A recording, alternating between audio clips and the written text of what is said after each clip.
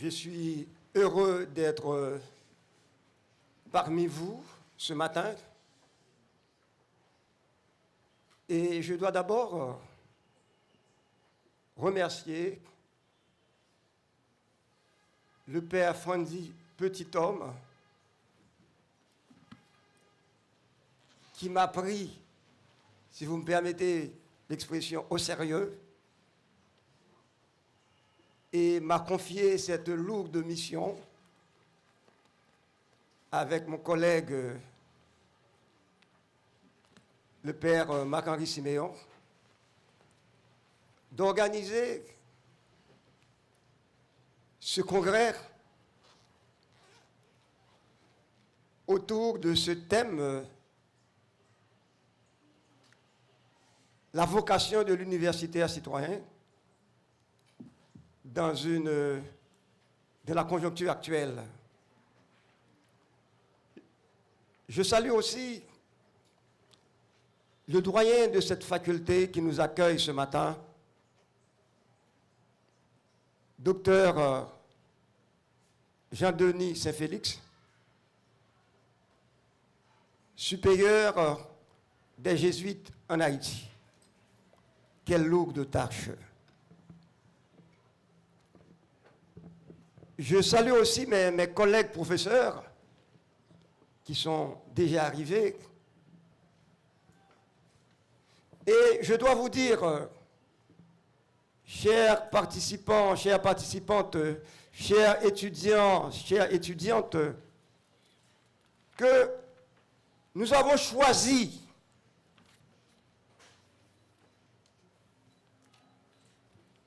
les meilleurs professeurs de nos universités, j'insiste, je dis bien de nos universités, pour nous accompagner dans cette lourde tâche.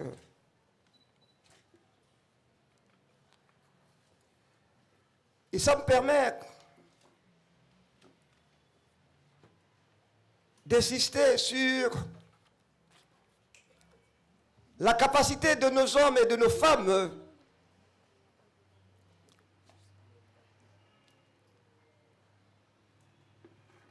et si vous voulez, il existe dans notre pays des hommes et des femmes capables de changer le visage ensanglanté de cet Haïti. Je me répète, il existe dans notre pays des hommes et des femmes qui ont les capacités nécessaires pour transformer, pour réformer ce qu'il faut transformer, ce qu'il faut réformer. Nous aurions pu faire appel à d'autres chercheurs, à d'autres penseurs, à d'autres universitaires de l'extérieur. Mais nous avons choisi de porter notre regard sur les professeurs, sur les spécialistes que nous avons dans le pays. Et ces professeurs qui nous ont dit oui. Et hier soir encore, il y a un professeur qui ne peut pas se présenter ce matin parce qu'il est retenu de la ville d'Écailles. À 10h du soir, j'ai fait appel à un collègue professeur, à l'un des plus grands économistes du pays. Il s'agit du docteur Fritz Gérald Chéry. Et il a accepté notre invitation. Et ce matin, il sera avec nous, même si vous ne voyez pas son nom porté sur le programme. Parce qu'il doit remplacer le professeur Joseph Harold Pierre.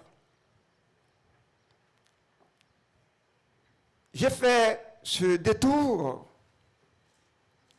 pour arriver à ce qu'on appelle l'universitaire citoyen.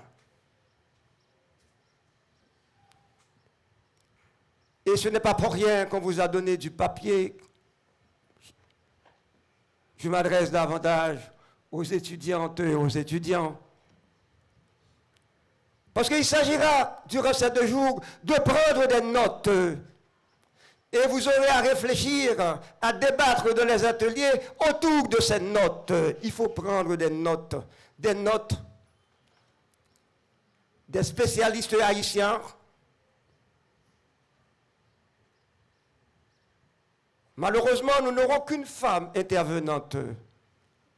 Nous allions avoir 2, mais l'autre est retenue aussi à Montréal. Parce que la question homme-femme nous intéresse.